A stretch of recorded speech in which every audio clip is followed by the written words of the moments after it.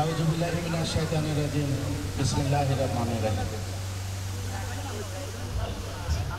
নগর পরিচালনা ও অবকাঠামো উন্নয়ন প্রকল্প ইউজিএফ থেকে আজকের এই উঠান বৈঠকে আলোচনা সভার উপস্থিত আছেন প্রধান সভাপতিত্ব করছেন অত্র ওয়ার্ডের সুযোগ্য কাউন্সিলর জনাব মোহাম্মদ আলামিন। মঞ্চে এখানে আজকে অনেক লক্ষ্মীপুর মহিলা কলেজের সাবেক অধ্যক্ষ জনাব লক্ষ্মীপুর জেলায় বিশেষ করে বিভিন্ন জায়গাতে উনি মসজিদ মাদ্রাসা বিভিন্ন জায়গায় মানুষের কল্যাণে কাজ করে যাচ্ছে। উনি এখানে উপস্থিত আছেন। এখানে উপস্থিত আছেন বীর মুক্তিযোদ্ধা, আমাদের একজন বীর মুক্তিযোদ্ধা ভুলু ভাই উপস্থিত আছেন এখানে আমাদের মানিক ভিয়া সাহেব উপস্থিত আছেন আমরা পৌর আওয়ামী লীগের জনাব মোহাম্মদ ইসমাইল হোসেন চৌধুরী উপস্থিত আছেন অত্র এলাকার সংরক্ষিত মহিলা আসনের কাউন্সিলর জনাব শাহিন আক্তার উপস্থিত আছেন লক্ষ্মীপুরের বিশিষ্ট ব্যবসায়ী যিনি কিছুদিন উনি কাজ শুরু করে দিয়েছেন। আজকের আমরা উদ্বোধন করার পরে কাজ শুরু করবেন আপনাদের এলাকার বিশিষ্ট ঠিকাদার জনাব রিয়াসাত হোসেন বাবু এখানে উপস্থিত আছেন। অনুষ্ঠান সঞ্চালনা করছেন নন্দন ফাউন্ডেশনের স্বত্বাধিকারী রাজু আহমেদ উপস্থিত আছেন। পৌর ছাত্রলীগের যুগ্ম আহ্বায়ক রাবিদ উপস্থিত আছেন। সাকিব সহ এখানে আরও ছাত্রলীগ আলিয়া মাদ্রাসা ছাত্রলীগের সভাপতি সাধারণ সম্পাদক উপস্থিত আছেন সাংবাদিক বক্তব্য ভাই আছেন। আমি ওই যে পিছনে দেখলাম ওই যে ইসমাইল ভাই আছেন, এটা ইসমাইল ভাইরও একটা কথা আছে আমার বক্তব্য বলবো যে ওনাদের তো দিয়ে কিন্তু এখানে একটা কাজ আসছে, পিছনে অনেক মানুষ আছে কিন্তু সামনে আসে, আবার অনেকে পর্দার আড়ালে থাকেও কিন্তু অনেক এলাকার কাজ করে, সেটা কিন্তু অনেকে জানে না। তো এখানে অনেক আমাদের মা বোনরা উপস্থিত আছেন, এলাকার মুরব্বীরা উপস্থিত আছেন। আপনাদের সবাইকে সালাম, আসসালামু আলাইকুম ওয়া রাহমাতুল্লাহি ওয়া বারাকাতুহু।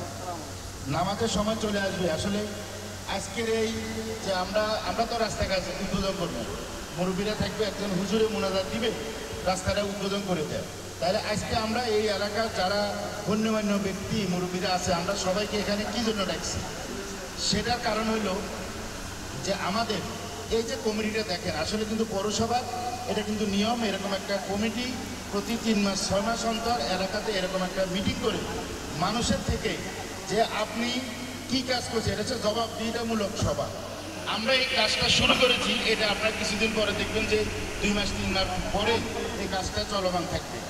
এই সভাতে আপনারা আপনাদের সুবিধা অসুবিধাগুলি বলবেন, আমরা আমাদের পক্ষ থেকে সেটা ব্যাখ্যা দিব। কারণ পৌরসভাটা এমন একটা জিনিস, মানুষ যখন জন্ম নেয় সর্বপ্রথম যেদিন জন্ম নেয় সেই জন্মতেই কিন্তু আগে হচ্ছে পৌরসভা সর্বপ্রথম একটা জন্ম নিবন্ধন একটা সার্টিফিকেট লাগে। এখন তো সরকারের বিভিন্ন কার্যক্রমের জন্য সেটা বাধ্যতামূলক, এবং যখন মারা যায় একজন মানুষ মারা যায় সেই মারা যাওয়ার সাথে তো মৃত্যু সার্টিফিকেট লাগে। তাহলে জন্ম থেকে মৃত্যু পর্যন্ত মাঝামাঝি সকল কার্যে কিন্তু পৌরবাসীদের একমাত্র বিভিন্ন কাজের জন্য মাধ্যম হচ্ছে পৌরসভা। সেই পৌরসভায় আমরা গত 2.5 বছর আগে যখন নির্বাচন করেছি, সেই নির্বাচনে আপনার পৌরসভাতে সমগ্র পৌরসভায় যে আমাদেরকে পৌরবাসী বিপুল ভোট দিয়ে নির্বাচিত করেছে। কি জন্য? বিভিন্নভাবে মানুষের প্রত্যাশা ছিল, সে প্রত্যাশা পূরণের জন্য কাজগুলি করার জন্য। আমরা সেখানে আজকে এই যে রাস্তাগুলি আমরা যে আজকে 2.5 বছর এতদিন পরে কেন এই রাস্তাটা দীর্ঘদিন থেকে দরকার ছিল, আরও আগে যে রাস্তাটা করার দরকার ছিল, কেন আমরা এতদিন পরে এটা করলাম, আমরা কি এটা গুরুত্ব বুঝি নেই? সেই জিনিসটাই আজকে আপনাদের সাথে আমরা জানানোর জন্যই কিন্তু আসলে এই মত বিনিময় সভা। এখানে ইসমাইল ভাই যে বক্তব্যটা দিয়েছেন উনি যেটা বুঝাতে চাইছেন পৌরসভার 2 নম্বর ওয়ার্ডে উনি কাজের গুরুত্বের ব্যাপারে বলছেন যে যেন বেশি কাজ দেওয়া হয়। আমরা 12 নম্বর ওয়ার্ডে এখানেও ভোট পাইছি, কিন্তু পার্সেন্ট হিসাবে ওখানে ভোট অনেক আরও বেশি পাইছি। কিন্তু 15 নম্বর ওয়ার্ডে এখানে আজকের এটা সহ আমরা প্রায় 3 কোটি টাকার উন্নয়নের কাজ করছি, আমি সেটা ব্যাখ্যা দেব। কিন্তু এখানে পৌরসভার অনেকগুলি ওয়ার্ড আছে যেখানে এখন পর্যন্ত আমরা 8-10 লক্ষ টাকার কাজও কিন্তু করতে পারি। তাহলে ইসমাইল ভাইয়ের জবাবটা সেই ক্ষেত্রে 2 নং ওয়ার্ডে উন্নয়নের দিক দিয়ে 15টা ওয়ার্ডের ভিতরে আমাদের লিস্টে আছে, তার মধ্যে এটা কিন্তু 3 নম্বর বাজেটে আছে। 3 নম্বর উন্নয়নের 15টা ওয়ার্ডের ভিতরে যেইটুকু আমরা টেন্ডার দিয়েছি তার মধ্যে 2 নম্বর ওয়ার্ড কিন্তু অবস্থান দিক দিয়ে আছে 3 নম্বর। এখানে আমরা সর্বপ্রথমে আমরা নির্বাচিত হওয়ার পরে বিরাগাজী সর্দার বাড়ি, সে একটা বাড়িতে আমরা একটা প্রজেক্টে কাজ করছি প্রায় 62 লক্ষ টাকা একটা বাড়িতে। এরপরে বিভিন্ন আরো ছোটখাটো উন্নয়নগুলি করেছি। আজকে আমরা 2 কোটি 8 লক্ষ টাকা যে টোটাল টেন্ডার অ্যামাউন্ট 2 কোটি 8 লক্ষ টাকার কাজের রাস্তা এবং ড্রেনের কাজের আমরা টেন্ডার দিয়েছি, যেটা আমরা কিছুক্ষণ পরে উদ্বোধন করব। তো আমরা বলতে চাই যে যেটা আমি বললাম যে আমরা আজকে 2.5 বছর আমাদের কেন লাগলো, আমাদের যখন আপনাদের পৌরসভা যখন আমরা দায়িত্ব নিয়েছি, নেওয়ার পরে আমি তো তখন পৌরসভার নতুন আসার পরে আমারও তো ইচ্ছা ছিল যে পৌরসভার মানুষ এত বিপুলভাবে আমাকে ভোট দিয়ে নির্বাচিত করেছি, আমি চাইছি যে পৌরসভাটাকে, কারণ আপনারা জানেন যে আমরা লক্ষ্মীপুর ছাড়া আমরা ঢাকা বা বাংলাদেশের বাইরেও বিভিন্ন দেশে বিভিন্ন সালে যাওয়ার হয়তো সৌভাগ্য হয়েছে। অনেক বড় বড় জায়গায় সুন্দর সুন্দর বিভিন্ন বিদেশি রাস্তাঘাটগুলি, ড্রেন, লাইটগুলি দেখার পরে আমার একটা আগ্রহ দেখছে যে আমি পৌরসভার মেয়র হয়েছি, আমার লক্ষ্মীপুর পৌরসভাটাও যদি আমি এভাবে সুন্দর করে সাজাইতে পারি তাহলে আমি মনে করব যে আমি সার্থক হব। কিন্তু এখানে যখন আমি এসে দায়িত্ব নেওয়ার পর দেখলাম যে কাজগুলি করার জন্য আসলে যে অর্থায়ন দরকার, আমাদের পৌরসভায় দুর্ভাগ্য আমরা সেই অর্থায়ন আমরা পাই নাই, বরঞ্চ আমরা কিছু পৌরসভাতে দেনা ছিল বিভিন্নভাবে। যাই হোক, পরবর্তীতে এখন এই কাজগুলি হয় কীভাবে পৌরসভাতে প্রকল্পের মাধ্যমে, উন্নয়ন কাজগুলি হয় প্রকল্পের মাধ্যমে। পৌরসভা নিজস্ব অর্থায়নে বড় বড় কোনো উন্নয়ন কাজ করা যায় না। 10 লাখ, 15 লাখ, 5 লাখ, 7 লাখ এই ধরনের ছোটোখাটো রাস্তাঘাটগুলি পৌরসভার নিজস্ব টাকা দিয়ে করা যায়। আমরা যখন পৌরসভা দায়িত্ব নিয়েছি তখন দেখলাম যে পৌরসভাতে কোনো প্রকল্প নাই। প্রকল্প না থাকার কারণে আমরা নির্বাচিত হওয়ার পরে আমরা যখন ঢাকা দিয়ে বিভিন্ন জায়গায় যাই যে প্রকল্পের জন্য আমরা বিভিন্ন মন্ত্রণালয়ে ধর্ণা দিয়েছি, তখন দেখলাম যে যতগুলি সরকারের প্রকল্প ছিল প্রত্যেকটা প্রকল্প ইতিমধ্যে প্রকল্পের টাইম শেষ হয়ে গেছে। কারণ আমাদের পৌরসভা নির্বাচন হয়েছে সর্বশেষ সবার শেষ দামে। আমরা তখন সেখানে যাওয়ার পর অনেকটা হতাশাগ্রস্ত। এরপরে আমরা বিভিন্ন মন্ত্রণালয়ে বিভিন্ন জায়গায় আমরা দরবার করার পরে সর্বশেষ আমরা RUTDP নামে একটা বড় প্রজেক্টে মাত্র 4টা পৌরসভা সর্বশেষ অন্তর্ভুক্ত হয়েছে। তার মধ্যে লক্ষ্মীপুর পৌরসভাটা একটা, আমরা সেই প্রজেক্টে অন্তর্ভুক্ত হয়েছি। কিন্তু সেই প্রজেক্টটা লাস্ট গত কিছুদিন আগে আমাদের এই নির্বাচন অথবা ইউক্রেন রাশিয়া যুদ্ধ, বিভিন্ন অর্থনৈতিক মন্দার কারণে, কারণ এই বিদেশি বরাদ্দগুলি আমেরিকার সাথে ওয়ার্ল্ড ব্যাংকের সাথে এগুলি চুক্তি, ওয়ার্ল্ড ব্যাংকের সাথে সরকারের সমঝোতার একটা মানে সঠিক ভালো সময় না যাওয়ার কারণে সেই চুক্তিটা কিন্তু এখনও বাস্তবায়ন হয় নাই। বিদে সে প্রজেক্ট থেকে কিন্তু আমরা কিন্তু এখনও কাজ শুরু করতে পারি না। তার মানে আমরা শুরু থেকে এখন পর্যন্ত আমরা কিন্তু বসি নাই, আমরা প্রতিদিন আমি একটু পরে দিই আবার দেখা গেছে চলে যাই ঢাকায়, কারণ 7টা অফিস খোলা হয়েছে 5 দিন, আবার ঢাকা 2 দিন দৌড়াদৌড়ি করি। এইভাবে আজকে 2.5 বছর করার পরে আমরা যখন প্রকল্প অন্তর্ভুক্ত হইলাম, কিন্তু এখনও যেহেতু ছাড় হয় নাই, তাহলে আমরা আশা করতেছি হয়তোবা আমরা সর্বশেষ আমরা শুনলাম যে আগামী হয়তোবা জুনের পরে সেই বড় প্রকল্পগুলি আমাদের হয়তোবা অর্থ ছাড় দেবে। তখন আমরা যে দৌড়দৌড়ি করলাম সেই যে আমাদের দৌড়ের যে সফলতাটা সেটা আমাদের পৌরবাসী পাবে, বাইরে অনুসার প্রত্যেকটা ওয়ার্ডে আমরা ইনশাল্লাহ উন্নয়নের কাজগুলি করতে পারবো। আমাদের এখানে 2 নং ওয়ার্ডে যে টেন্ডারগুলি আমরা দিয়েছি রাস্তা এবং ড্রেন, পাশাপাশি কিন্তু একটা ড্রেনের একটা অংশ সেটা অন্য যে কোনো একটা ওয়ার্ডে এই ড্রেনটা আমরা কিন্তু প্রকল্পটা অন্য জায়গায় দিয়েছিলাম। সেখানে আমাদের ওই যে আলামিন বিভিন্নভাবে আমাকে দেন দরবার তদবির, ওই যে আমাদের ইসমাইল ভাই সহ যেটা বললাম ওই পিছিয়ে বসে রয়েছে, আমার কাছে অনেকদিন ধরে গেছে যে একটা ট্রেনটা এটা দরকার। তখন আমি ওই জায়গা থেকে অন্য আরেকটা ওয়ার্ড থেকে সেই ট্রেনটা কাটে কিন্তু আপনার ওয়ার্ডে আনে, ওই ট্রেনটা প্রায় 40 লক্ষ টাকা আনার পরে যোগ করে দেওয়াতে আজ কিন্তু এখানে 2 কোটি 8 লাখ টাকা হচ্ছে। এটা আরেকটা ওয়ার্ড থেকে আসছে আর তো ওই ওয়ার্ডে ট্রেনটা বাদ যাবে না, সেটা আমরা পরবর্তী প্রকল্পে আমরা সেই ট্রেনটা ওখানে দেবো। তো আমরা এখানে যে অনেক ওয়ার্ডে অনেকে মনে করে যে আমরা আসলে উন্নয়নের কাজগুলি কাঙ্ক্ষিত, মানুষ তো আসলে অর্থ বরাদ্দ সরকার দেয় না, মানুষ কিন্তু এটা বুঝতে চায় না। কিন্তু আসলে তো মানুষ বুঝে রাখবে যে পৌরসভা থেকে তো আমরা চেষ্টা করতেছি, আমাদের চেষ্টার কোনো ত্রুটি নেই, কিন্তু সরকারের বড় যদি বরাদ্দ না আসে তাহলে কিন্তু উন্নয়ন কাজ কিন্তু করা যায় না। সরকারি কিছু ক্রাইটেরিয়া থাকে যে উন্নয়ন কাজ করতে গেলে আপনার পৌরসভার স্টাফের বেতন ক্লিয়ার থাকা লাগবে, বিদ্যুৎ বিল ক্লিয়ার থাকা লাগবে, ঠিকাদারের বিল বকেয়া থাকা যাবে না, সরকারি কোনো দেনা থাকা যাবে না। এই ক্রাইটেরিয়াগুলি ফিল আপ করতে করতে আমাদের আজকে 1.5 বছর পার হয়ে গেছে। কারণ আমরা প্রকল্প যখন চিঠি দিয়েছি বলছে যে আপনি ক্লিয়ার সার্টিফিকেট আনেন যে এই টাকাগুলি আপনি দিচ্ছেন। আমি তো দেনার ভিতরে আসছি। যাই হোক, আপনাদের দোয়া, আমি সে দেনা পরিশোধ করে প্রকল্পের শর্ত পূরণ করাতেই আজকে আমরা প্রকল্প অন্তর্ভুক্ত হয়েছি। এই যে সুন্দর একটা কিন্তু পানি ট্রিটমেন্ট প্ল্যান্টে আমরা আছি, এই ট্রিটমেন্ট প্ল্যান্টটাও কিন্তু একটা সরকারি লোনের উপরে কিন্তু করা, এবং এই ট্রিটমেন্ট প্ল্যান্টেরও ইতিমধ্যে 5 কোটি টাকা সরকারের কাছে কিন্তু বকেয়া হয়ে গেছে।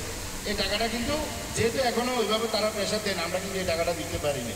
দেনা কিন্তু এই জায়গায় যে জায়গায় খাড়া দিয়েছি এটাও কিন্তু আমরা দেনার উপরে খাড়াইছি।